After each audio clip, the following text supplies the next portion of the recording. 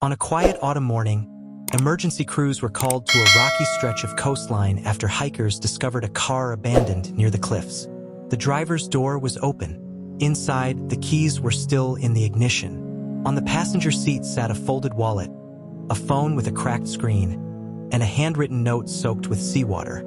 The note was short, too short. It spoke of regret, of being tired of running, and of finally choosing peace. By the time authorities arrived, waves were crashing violently against the rocks below, erasing any chance of immediate recovery. Search teams scoured the water for hours, then days. They found nothing. No body, no witnesses, only a story that seemed to explain everything. The man was declared dead weeks later. Newspapers called it a tragic suicide. Friends mourned. Family members stood at memorials, staring out at the ocean that had supposedly claimed him. For most people, the case ended there. But behind the scenes, investigators were uneasy.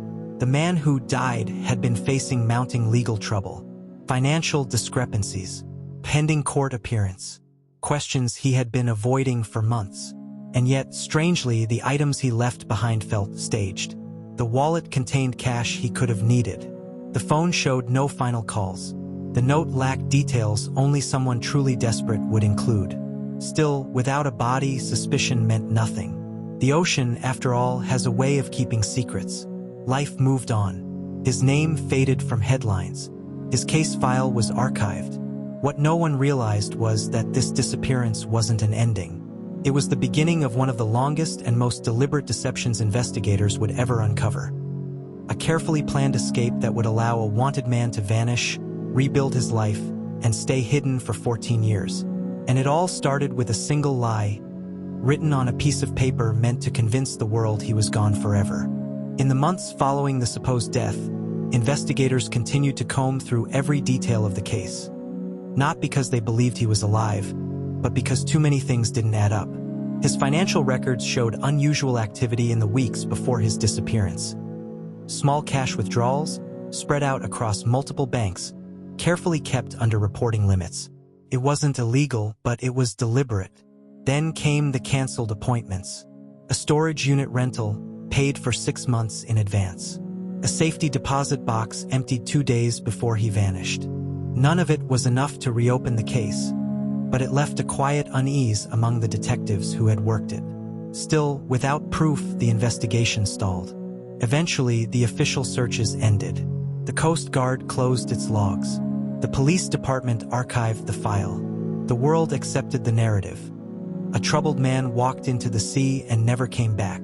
What no one knew was that hundreds of miles away, that same man was boarding a bus under a different name. He didn't rush. He didn't draw attention. He paid cash, avoided cameras, and traveled through small towns instead of major cities. Each step was calculated. By the time he settled, he had a new job, a rented room, and a life so quiet it barely existed. Back home, his family grieved. His debts were frozen. His legal troubles dissolved with his death certificate. To the system, he was gone. But mistakes were being made slowly, invisibly. A clerk noticed a familiar signature on a rental form years later, but dismissed it. A former coworker thought he saw him in a gas station and convinced himself it was imagination. These moments passed unnoticed, slipping through the cracks. For 14 years, he lived in that space between certainty and doubt. Officially dead, practically invisible, and confident that the lie he built would hold forever. What he didn't know was that one tiny oversight, something he never thought mattered, was already waiting to undo everything. Don't forget to like, comment, and subscribe. Hit the notification bell. For 14 years, the man legally declared dead lived a life designed to leave no trace. He avoided cities, social media, and anything that required official identification. He took under-the-table jobs, warehouse shifts, seasonal construction work, night security, positions where paperwork was minimal and turnover was high. He became someone forgettable by design. In the small town where he eventually settled, people knew him only by his first name. He rented a modest room from an elderly landlord who preferred cash.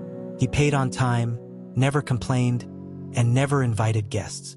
To neighbors, he was quiet, polite, and invisible. But living in the shadows came with a cost. He couldn't seek medical care without fear.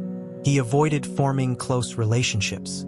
Holidays were spent alone. Every siren, every knock on a door, sent a jolt of panic through him. The freedom he thought he gained slowly became a prison of his own making. Still, he believed it was worth it. What he didn't realize was that technology was changing, and the system he once outsmarted was catching up. Years after his disappearance, authorities began digitizing old records. Cold cases were reopened, not because of new evidence, but because new tools made old evidence searchable. Financial databases, employment records, and biometric systems were now linked in ways they hadn't been before. Then came the mistake. While applying for a temporary labor job, he allowed his employer to photocopy an old document he believed was harmless, a paper issued long before his death. The clerk entered the information into a national system. Within hours, a flag appeared. The data didn't make sense. A man declared dead was suddenly connected to a living record. At first, officials assumed it was an error, but errors don't usually match fingerprints. For the first time in 14 years, his carefully constructed lie trembled. He didn't know it yet, but the clock on his freedom had started ticking. The alert that surfaced in the system was subtle, the kind most people would overlook. A single data mismatch. A record tied to a man who, according to official documents, had been dead for over a decade. At first, it was dismissed as a clerical error. These things happened all the time, but one analyst paused. The fingerprint attached to the record didn't belong to a stranger.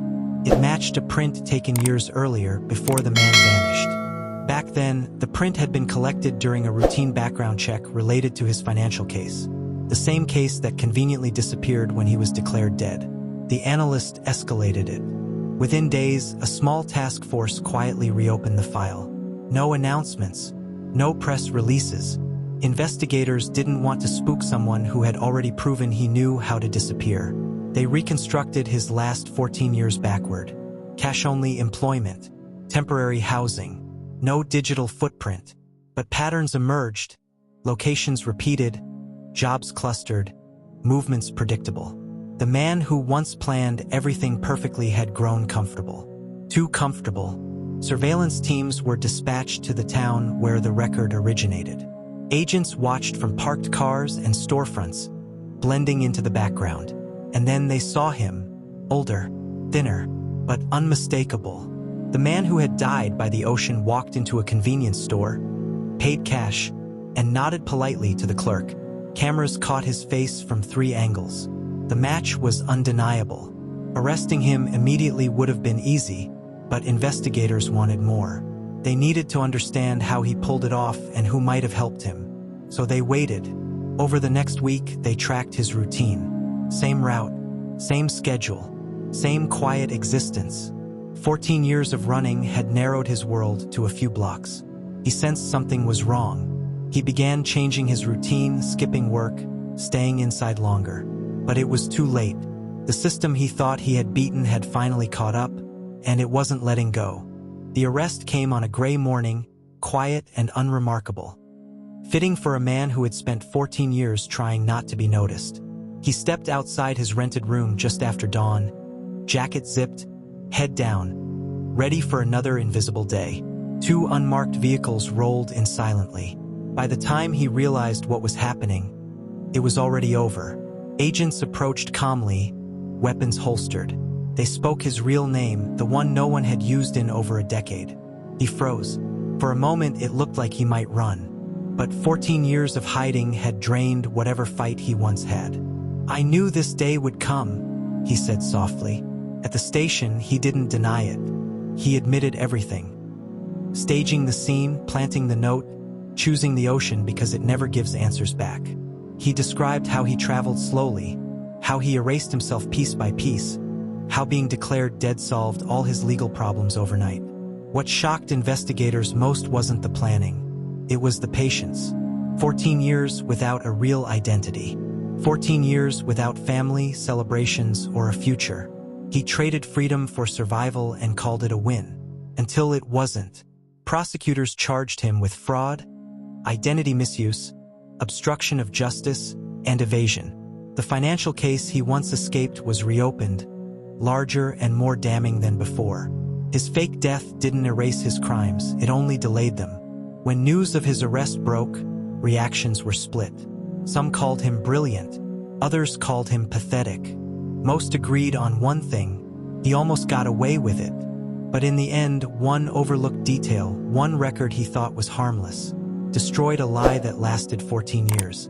Because in true crime, the ending is almost always the same. You can fake your death, but you can't outrun the truth.